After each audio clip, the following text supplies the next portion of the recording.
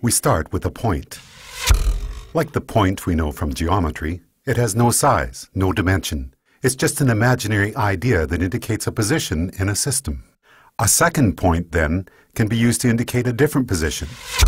But it, too, is of indeterminate size. To create the first dimension, all we need is a line joining any 2 points. A first-dimensional object has length only, no width or depth. If we now take our first-dimensional line and draw a second line crossing the first, we've entered the second dimension. The object we're representing now has a length and a width, but no depth. To help us with imagining the higher dimensions, we're going to represent our second-dimensional object as being created using a second line, which branches off from the first. Now let's imagine a race of two-dimensional creatures called flatlanders. What would it be like to be a flatlander living in their two-dimensional world? A two-dimensional creature would have only length and width, as if they were the royalty on an impossibly flat playing card. Picture this. A flatlander couldn't possibly have a digestive tract because the pipe from their mouth to their bottom would divide them into 2 pieces. And a flatlander trying to view our three-dimensional world would only be able to perceive shapes in two-dimensional cross-sections. A balloon, for instance, would start as a tiny dot, become a hollow circle which inexplicably grows to a certain size, then shrinks back to a dot before popping out of existence. And we three-dimensional human beings would seem very strange indeed to a flatlander. Imagining the third dimension is the easiest for us because every moment of our lives, that's what we're in. A three-dimensional object has length, width, and height. But here's another way to describe the third dimension. If we imagine an ant walking across a newspaper which is lying on a table, we can pretend that the ant is a flatlander, walking along on a flat two-dimensional newspaper world.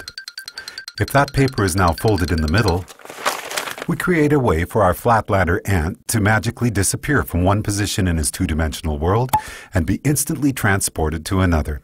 We can imagine that we did this by taking a two-dimensional object and folding it through the dimension above, which is our third dimension. Once again, it'll be more convenient for us as we imagine the higher dimensions if we can think of the third dimension in this way. The third dimension is what you fold through to jump from one point to another in the dimension below. Okay, the first 3 dimensions can be described with these words: length, width, and depth. What word can we assign to the fourth dimension? One answer would be duration. If we think of ourselves as we were 1 minute ago, and then imagine ourselves as we are at this moment, the line we could draw from the 1 minute ago version to the right now version would be a line in the fourth dimension. If you were to see your body in the fourth dimension, you'd be like a long undulating snake, with your embryonic self at one end and your deceased self at the other. But because we live from moment to moment in the third dimension, we're like our second-dimensional flatlanders. Just like that flatlander who could only see two-dimensional cross-sections of objects from the dimension above, we, as three-dimensional creatures, can only see three-dimensional cross-sections of our fourth-dimensional self.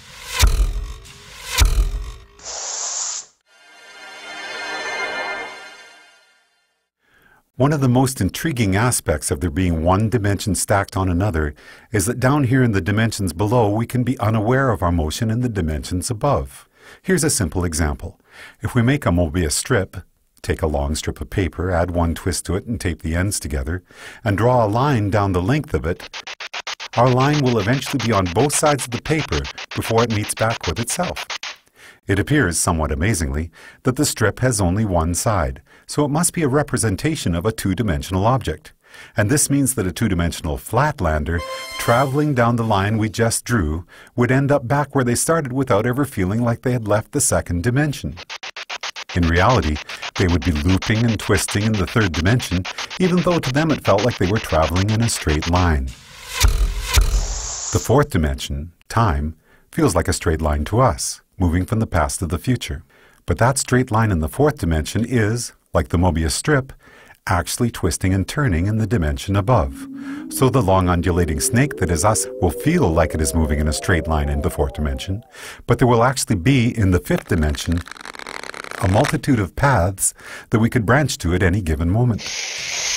Those branches will be influenced by our own choice, chance, and the actions of others. Quantum physics tells us that the subatomic particles that make up our world are collapsed from waves of probability simply by the act of observation. In the picture we are drawing for ourselves here, we can now start to see how each of us are collapsing the indeterminate wave of probable futures contained in the fifth dimension into the fourth dimensional line that we are experiencing as time.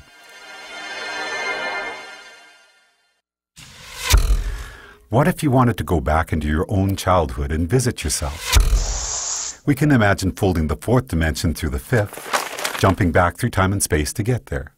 But what if you wanted to get to the world where, for example, you had created a great invention as a child that by now had made you famous and rich?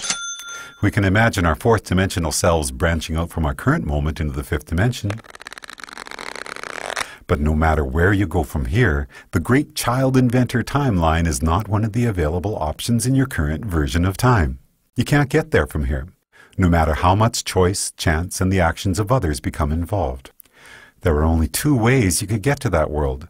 One would be to travel back in time, somehow trigger the events that caused you to come up with your invention, then travel forward in the fifth dimension to see one of the possible new worlds that might have resulted. But that would be taking the long way. The shortcut we could take would involve us folding the fifth dimension through the sixth dimension, which allows us to instantly jump from our current position to a different fifth dimensional line.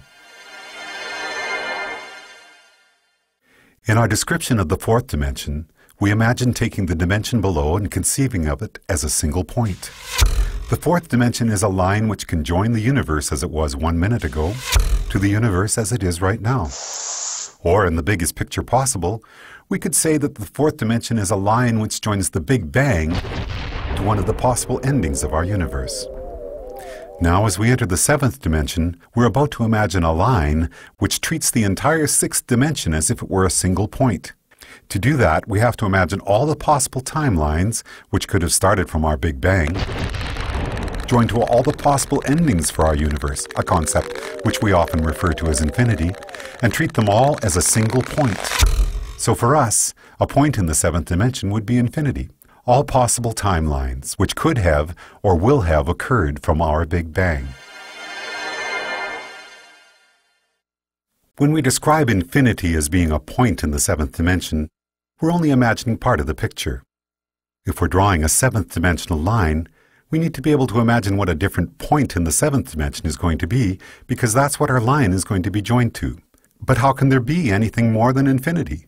The answer is, there can be other completely different infinities created through initial conditions, which are different from our own Big Bang. Different initial conditions will create different universes, where the basic physical laws such as gravity or the speed of light are not the same as ours. And the resulting branching timelines from that universe's beginning to all its possible endings will create an infinity which is completely separate from the one which is associated with our own universe. So the line we draw in the seventh dimension will join one of those infinities to another. And as boggling as the magnitude of what we're exploring here might be, if we were to branch off from that seventh dimensional line to draw a line to yet another infinity, we'd then be entering the eighth dimension. As we've explored already, we can jump from one point in any dimension to another simply by folding it through the dimension above. If our ant on the newspaper were a two-dimensional flatlander, then folding his two-dimensional world through the third dimension would allow him to magically disappear from one location and appear in a different one. As we're now imagining the ninth dimension, the same rules would apply. If we were to be able to instantaneously jump from one eighth dimensional line to another, it would be because we're able to fold through the ninth dimension. Before we discuss the first dimension, we could say that we first started out with dimension 0, which is the geometrical concept of the point. A point indicates a location in a system, and each point is of indeterminate size. The first dimension then takes two of these points and joins them with a line. When we imagined the fourth dimension, it was as if we were treating the entirety of three-dimensional space in a particular state as a single point, and drawing a fourth-dimensional line to another point, representing space as it is in a different state. We often refer to the line we have just drawn as time. Then, in the 7th dimension, we treated all of the possible timelines which could be generated from our Big Bang as if this were a single point, and imagined drawing a line to a point representing all the possible timelines for a completely different universe. Now, as we enter the 10th dimension, we have to imagine all the possible branches for all the possible timelines of all the possible universes and treat that as a single point in the 10th dimension. So far, so good. But this is where we hit a roadblock. If we're going to imagine the 10th dimension as continuing the cycle and being a line, then we're going to have to imagine a different point that we can draw that line to. But there's no place left to go.